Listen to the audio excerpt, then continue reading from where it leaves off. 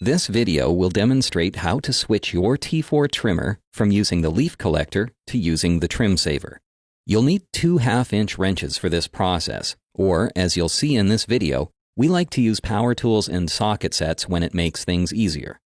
Let's get started by setting the leaf collector on a work table for easy access, and we'll move the bag arms out of our way. We're going to remove this power box, so we might as well uncoil the cable and get that out of the way too. We're using a wrench on the top and a power driver with a socket on the bottom to get the bolts loosened. Then we like to use our fingers to finish because we're less likely to drop or lose the nuts and washers.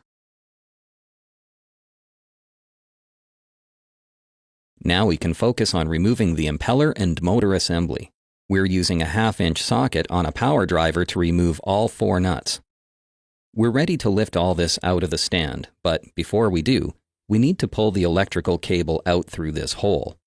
Then we feed the other electric cable into this slot. Now we hold the cable together with the impeller housing. So when we do lift, nothing gets caught. Next, we're going to remove the bag arms, again, starting with the tools and then finishing up with our fingers. Set the stand on the ground. Grab your T4 and set it into its position on the stand. Next up, we're going to attach the hose to the hose collars.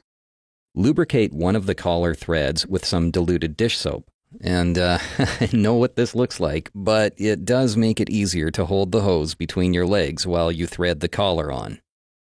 And we're going to do this on both ends of the hose. Bring one end of the hose up from underneath and through the hole in the stand, where it can be attached to the T4 output.